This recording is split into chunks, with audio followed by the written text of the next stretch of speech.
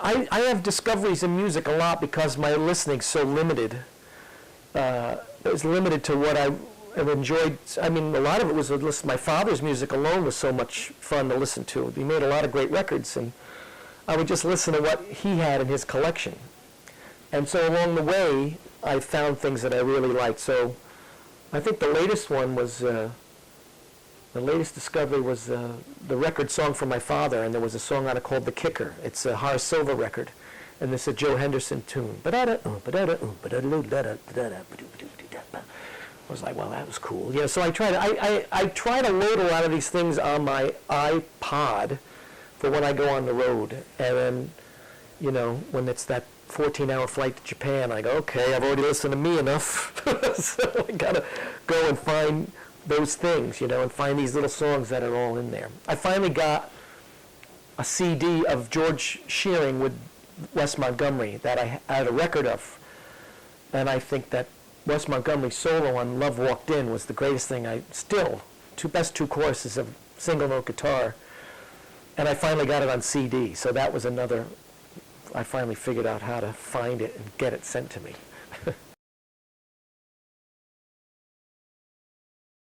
From the Great American Songbook, what do I love? I would say, you know, it changes from day to day, the songs that I love from that business, you know, from the songbook. Because even one day I was at my friend Tony Monti, who's a great piano player in New York City from when I was 20. I'm 51 now. And Mike Renzi, another piano player, played with Mel Torme for many years, and we were all sitting at dinner, and I just had a little cassette deck, and I hit record and play, and I said, okay, you guys, I want to hear all this Jerome Kern that you know. And that was just one of those nights where it was okay, and then the more everybody drank, the better everybody got, you know, just like, oh, well, wait a second. And he even took the book out and would fake tunes and find a way through them, and you start to go, there isn't a bad song in this book. So it's really amazing. Every night there's something new. And, you know, you listen to Freddie Cole, and there's, you know, people say that the Great American Songbook, it does go from, like, say, the 20s all the way in 1964, which is like Sound of Music. It's the end, you know, the last Rodgers and Hammerstein. But it's really not finite. As finite as it is, it still goes like, it's amazing, especially when you listen to Freddie Cole going, where the hell will all that come from? You know, and you sit with him at lunch and he starts singing songs to you and you realize there's 6 more you got to add to your list. You know, it's not just It Had to Be You and I'm in the Mood for Love and I Got Rhythm. And those 3 are great. But it's amazing, especially when Freddie gets it going.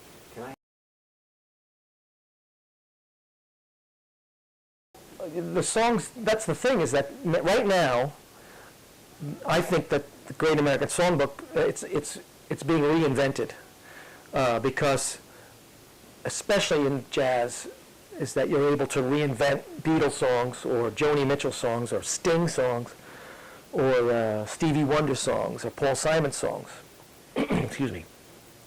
And I think that's been there's a whole new generation that say, well, this is what I grew up with. Actually, my new album is called Double Exposure, and it's based on those songs. I've been trying to figure out a way to do the songs of my generation, growing up in the 60s, 70s, and 80s, and what songs I really like. And I found Free Man in Paris, and Allison by Elvis Costello, and I Feel Fine by the Beatles, and Drunk on the Moon by Tom Waits. But what I did was I combined them, I sort of mashed them up, even though that's not the right word, with jazz songs. So when we play I Feel Fine, we play Sidewinder first, and then play I Feel Fine.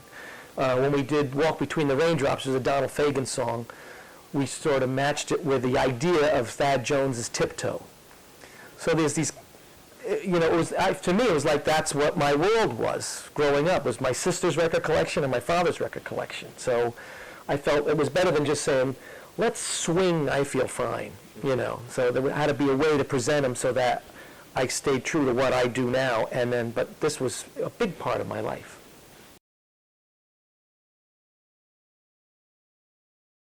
Well, I have a radio show called Radio Deluxe that we came upon by mistake. I host it with my wife, Jessica Molaskey. And we were asked, we have an act that we do at the Carlisle every year, and started at Feinstein's, so we worked together. And it was this idea that the rapport that we had, they wanted to translate it to something, to either television or radio or somewhere.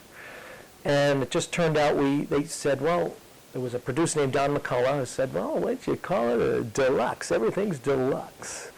Like Radio Deluxe. In your deluxe living room and you're, playing the deluxe records. And so I said, okay. So they said, go. And I said, from high atop Lexington Avenue, it's Radio Deluxe from the deluxe living room. Vocalist Deluxe, Jessica Molaskey. And it is representative of everything that we love musically, with an eye towards the Great American Songbook. So we could play Ella Fitzgerald, Frank Sinatra, Louis Armstrong, Nat King Cole, but we'll also play Diana Krall, Karen Allison, Tierney Sutton, Harry Connick Jr., Bob Dylan, Joni Mitchell, who made a record of standards too. So there's all these things we sort of titled together. It's what people have said on the ship is an eclectic mix of music.